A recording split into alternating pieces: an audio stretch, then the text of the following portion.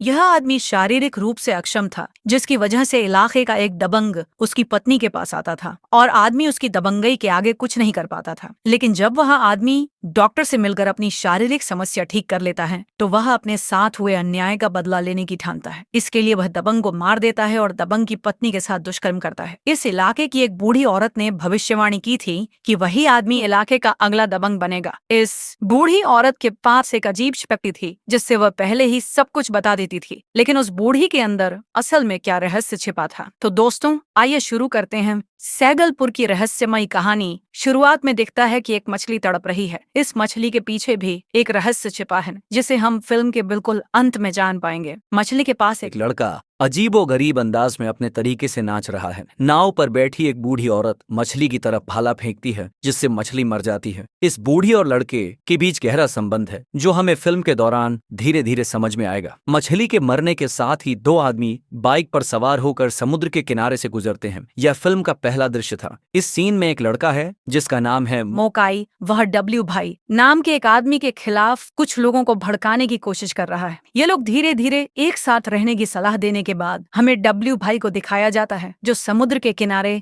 मछली के व्यापार में शामिल है। इसके साथ ही वह कई गैर कानूनी कामों में भी लिप्त है। डब्ल्यू भाई का कारोबार मदन हल्दर नाम के एक आदमी के माध्यम से चलता है। मदन हल्दर इलाके का एक नेता है। डब्ल्यू भाई मदन से कहता है कि मंदिर और बंका को बुलाओ, मोकाई को खत्म करना होगा। इस पर मदन कहता है कि मंदिर को पहले जोराबाड़ी देने की बात हुई थी, अब इसे दे दीजिए। डब्ल्यू भाई कहता है उसे देने वाला नहीं हूँ, इसलिए तो अब तक नहीं दिया। तभी डब्ल्यू भाई का बेटा वहाँ आता है और गुस्से में शराब पीने के लिए पैसे मांगता है। डब्ल्यू भाई के परिवार में उसकी पत्नी और बेटा भी हैं, लेकिन परिवार में लड़के का नाम है मंचा। मंचा बेहद उग्र स्वभाव का है, लेकिन उसके गुस्से का कारण यह है कि उसने कभी भी अपने पिता का प्यार नहीं पाया। उसका पिता हमेशा अपने कारोबार और औरतों में उलझा रहता है। इसके बाद हमें मंदिर को दिखाया जाता है। मंदिर डब्ल्यू भाई का दाहिना हाथ है। डब्ल्यू भाई के जितने भी गैर कानूनी कामकाज हैं वे सब मंदिर ही संभालता है, लेकिन मंदिर शारीरिक रूप से अक्षम है और इसी कारण उसकी पत्नी के साथ अक्सर झगड़े होते रहते हैं। यही वजह है कि मंदिर की पत्नी, जिसका नाम लैली है, डब्ल्यू भाई के साथ समय बिताती है। मंदिर इसके बारे में कुछ नहीं कहता। लैली एक रात मंदिर के साथ बातचीत कर रही थी और तभी डब्ल्यू भाई का फोन आता है और वह मंदिर से कहता है, तेरे बचपन के दोस्त के पर निकल आए हैं, उसे रास्ते से हटा दे, बंका को भी साथ ले जा। अगले दिन मंदिर बंका को फोन करके सारी बात बता देता है। अगले दृश्य में मोकाई और एक लड़के को दिखाया जाता है। जब वह लड़का वहां से बाहर चला जाता है तो मोकाई अकेला रह जाता है। तभी मंदिर और बंका वहां आते हैं और मोकाई से कहते हैं, चल समुद्र किनारे पैर फैलाकर शराब पिएंगे, बहुत दिनों से साथ में शराब नहीं पी है। मोकाई पहले मना करता है लेकिन बाद में मान जाता है। असल में मोकाई ने जिस दिन भाषण दिया था वह डब्ल्यू भाई के खिलाफ था, इसलिए डब्ल्यू भाई ने उसे मारने की योजना बनाई थी। मोकाई को मछली के समुद्र में ले जाकर मारने की कोशिश की जाती है, लेकिन मारने से पहले मोकाई कहता है, मंदिर तू कितना बड़ा बेवकूफ है। जो इंसान पूरे बेलपुर का राजा बनने की ताकत रखता है वह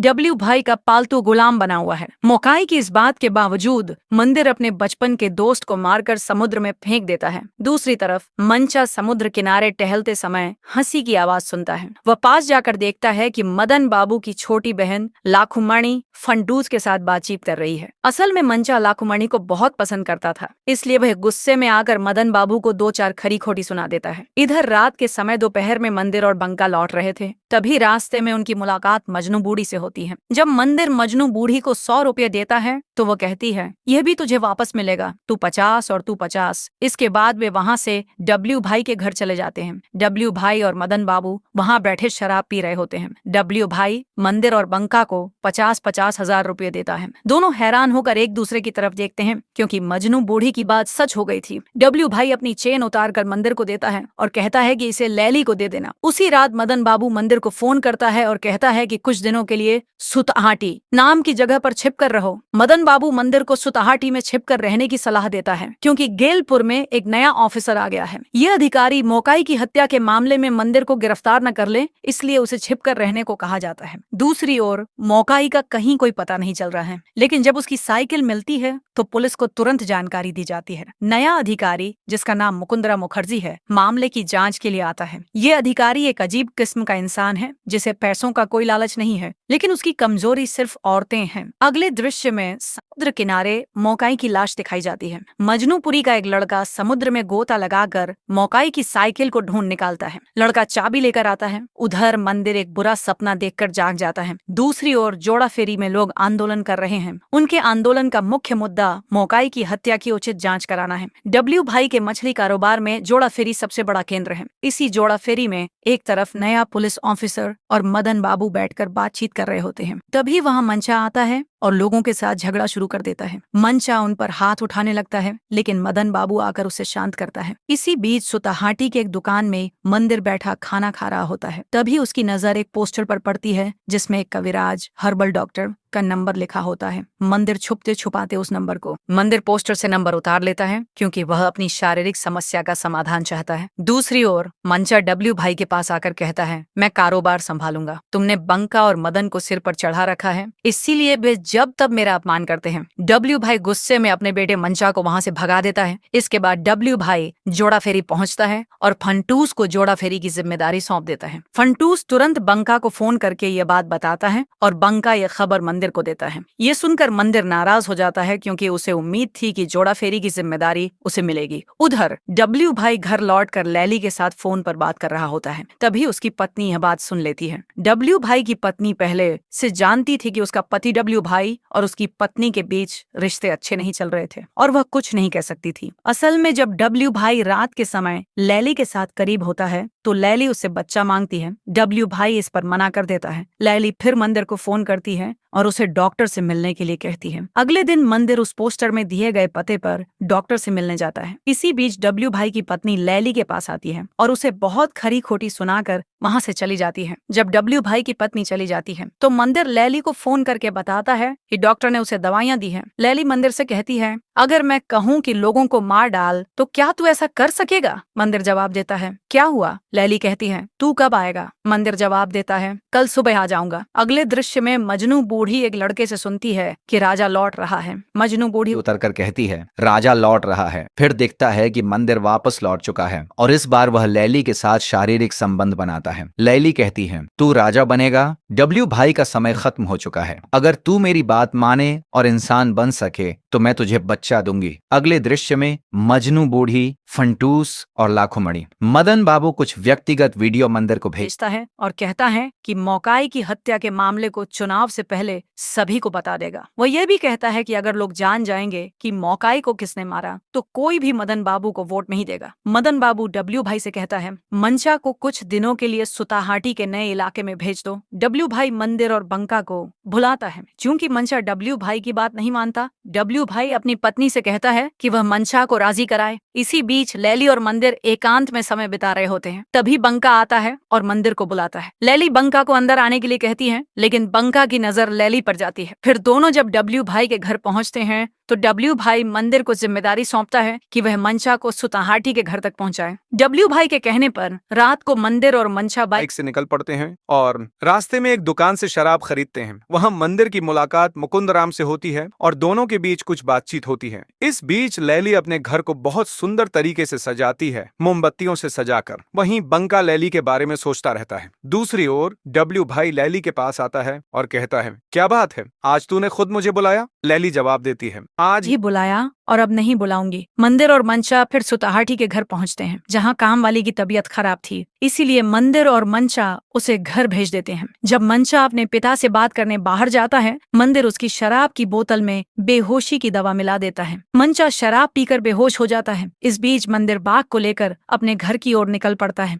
रास्ते में उसे अपने बचपन के दोस्त मोकाई की याद आती है और वह सोचता है कि उसकी शादी में कितनी मस्ती की थी। उसे यह भी याद आता है कि शुरुआत से ही डब्ल्यू भाई अपनी पत्नी पर बुरी नजर डाल रहा था। गैलपुर आते समय मंदिर समुंदर के पास एक साइकिल पर चढ़कर अपने घर की ओर जा रहा होता है। तभी समुद्र के किनारे मुकुंद राम ऑफिसर एक लड़की के साथ घनिष्ठ होता है। जब मंदिर रास्ते में मजनूपुर के पास से गुजर रहा होता है तो उसकी मुलाकात मजनूपुर से होती है। मंदिर के घर में डब्ल्यू भाई बेड पर सो रहा था, जबकि मंदिर घर में आते ही उसे एक बदतमीजी से मारा। बाहर डब्ल्यू भाई का ड्राइवर इंतजार कर रहा था। इस बीच डब्ल्यू भाई की पत्नी का फोन आता है और जब वह घर आती है तो वह देखती है कि डब्ल्यू भाई मर चुका है। ठीक उसी समय मंदिर पीछे से उसका मुंह दबाकर एक गोली चला देता है। अगले दृश्य में डब्ल्यू भाई का शव समुद्र के किनारे पड़ा होता है। सभी लोग वहां इकट्ठा हो जाते हैं और लैली भी दौड़ते हुए। लैली वहां पहुंचती है और अचेत हो जाती है। मुकुंदराम के गोदी में गिर जाती है। बंका फंटूस को बाहर भेज देता है क्योंकि उसे जोड़ा फेरी की जिम्मेदारी दी गई है। बंका को डर है कि मंदिर कभी भी उसे मार सकता है। डब्ल्यू भाई की पत्नी मदन से कहती है कि मंचा को इलाके में न आने दिया जाए क्योंकि वह उग्र स्वभाव का था और चुनाव से पहले कोई परेशानी न खड़ी कर दे, इसलिए उसे दूर रखा गया है। जब मदन मंचा को कॉल करता है तो मंचा की होश वापस आ जाती है। असल में मंदिर ने मंचा की शराब में बेहोशी की दवा मिला दी थी ताकि अगर वह घर से बाहर जाए तो भी वह कोई प्रतिरोध न कर सके, और अपने पिता से मंदिर ने मंचा को फिर से उस घर में जाकर सोने के लिए कहा। फिर मंचा मंदिर को जगाकर कहता है, मंदिर, मेरे पिता को किसी ने मार डाला है। मंदिर मंचा से कहता है, मुझे 2 दिन का समय दो, जो डब्ल्यू भाई को मारा है मैं उसे खुद मार दूंगा। इसी बीच बंका फंड्स को बस में चढ़ा देता है और फिर मंदिर भी गया। गेलपुर में जोड़ा फेरी में काम करने वाले लोग कुछ देर के लिए मौन रखते हैं। फिलहाल जोड़ा फेरी की जिम्मेदारी मंदिर को सौंप दी जाती है। मजनू बूढ़ी की बातों से मेल खाता है और मंदिर राजा बन जाता है। कुछ समय बाद मंदिर मुकुंद राम के पास पहुंचता है क्योंकि मुकुंद राम ने उसे बुलाया था। मुकुंद राम मंदिर से कहता है कि उसे पता चल गया है कि इस हत्या को मंदिर ने ही किया है। वह मंदिर से रिश्वत के तौर पर लाइली को मांगता है। मंदिर गुस्से में आ जाता है और मुकुंद राम कहता है,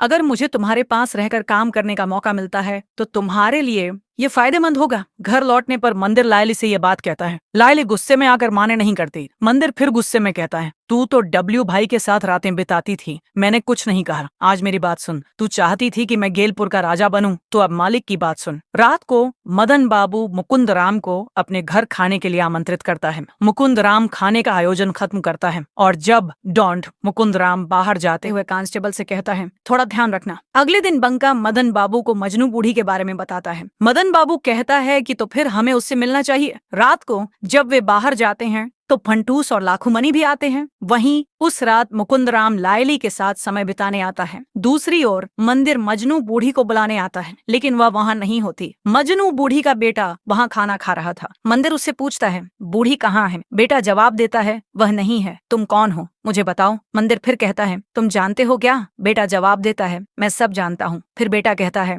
तुम पाजी हो, तुम राजा नहीं हो, कोई और राजा है, तुम पाजी हो। मंदिर कहता है, कब आएगा? उस समय लड़का जवाब देता है, पहले राक्षस आएगा। मंदिर कहता है, मुझे कौन मारेगा? मैं पहले राक्षस को मार डालूंगा। लड़का कहता है, तुम नहीं कर पाओगे। मंदिर फिर कहता है, बूढ़ी को बुला, नहीं तो मुझे जो पूछ रहा हूँ उसका जवाब दे। मुझे कब आएगा, ये सब कब होगा? लड़का फिर कहता है, पहले तुम्हारी बीवी तुम्हारे सिर पर चढ़ेगी और तुम पैरों तले रहोगे, बाकी सब समय के कोल में। यह कहकर वह दौड़ते हुए वहां से भाग जाता। जब मंदिर लौटता है तब बंका और मदन बाबू से मिलता है। अगले दृश्य में रात को फंड्र जब अपने प्रेमी से मिलने आती है तब कांस्टेबल फोन करता है। मुकुंद राम को यह जानकारी दे दी जाती है और फिर मुकुंद राम मंदिर को यह खबर बता देता है। उस रात ड्राइवर को मंदिर ने मारा नहीं, बल्कि मंदिर ने फंड्स को मारने के लिए ड्राइवर को भेजा। दूसरी ओर जब मदन और बंका घर लौटते हैं तो उन्हें पता चलता है कि फंड्स वापस आ गई हैं। बंका मदन बाबू के घर से फंड्स को लेकर जब अपने घर लौट रहा था तब ड्राइवर गलती से फंड्रस को मारने के बजाय बंका को मार देता है। वहीं मंदिर बैठकर शराब पी रहा था। अचानक वह देखता है कि बंका उसके सामने बैठा है। मंदिर डर के मारे पानी में गिर जाता है क्योंकि उसे तो यह पता था कि बंका मर चुका है, तो फिर वह यहाँ कैसे आया? असल में वह कल्पना देख रहा था। दूसरी ओर लाइली एक खून से सनी चादर पकड़ रही थी। डब्ल्यू भाई को मारने के बाद लाइली को हेलुसिनेशन होने लगे थे,